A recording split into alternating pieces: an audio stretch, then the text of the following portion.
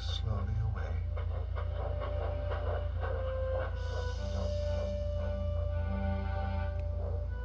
Thomas found an old track. He wanted to be alone.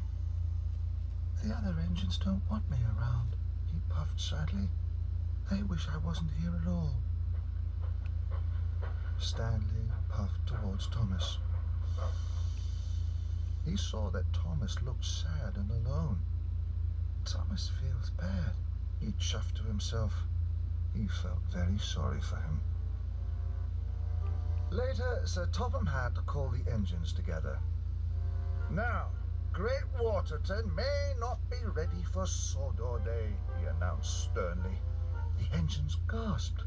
"Miss Jenny's crew will load the rubble into the freight cars tonight, but this means extra work for all of you," he added. "Tomorrow, you will start to shunt the freight cars away to the sidings." Thomas had let down Sir Topham Hatt. He had let down the other engines, and he had let himself down. The other engines started to chuff away. No one spoke to Thomas. He was no longer in charge, and he felt he was no longer wanted. That night, all the other engines were asleep in their sheds. But not Thomas. Jack and Alfie had already loaded their cars of rubble.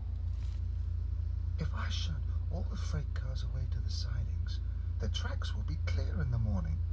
Then everyone will like me again." Thomas wanted to do something to get his old job back. So Thomas started to shunt the freight cars away. Thomas worked very hard. He felt very pleased with himself. Then Thomas saw one last freight car. It had rolled in front of an old mine shaft. "I'll soon fix that," Thomas smiled.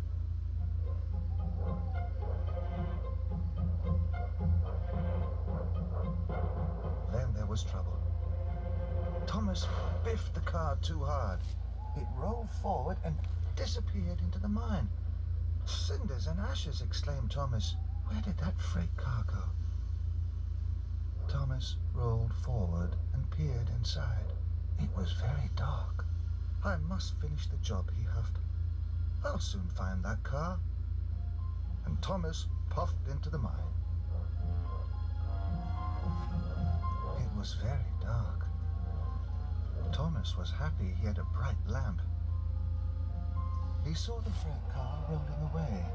Then it disappeared around a bend. "Bust my buffers," puffed Thomas. "I'd better go after it."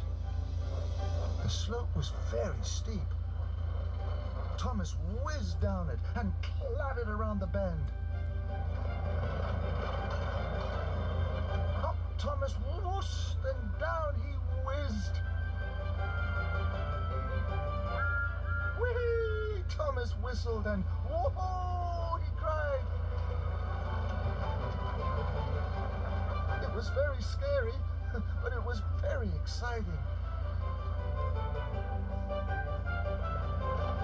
Thomas had almost caught up to the freight car. "You won't get away from me," he whistled happily. But Thomas didn't see the junction ahead. The freight car whizzed down the right track and Thomas sped down the left. Thomas had lost the runaway car.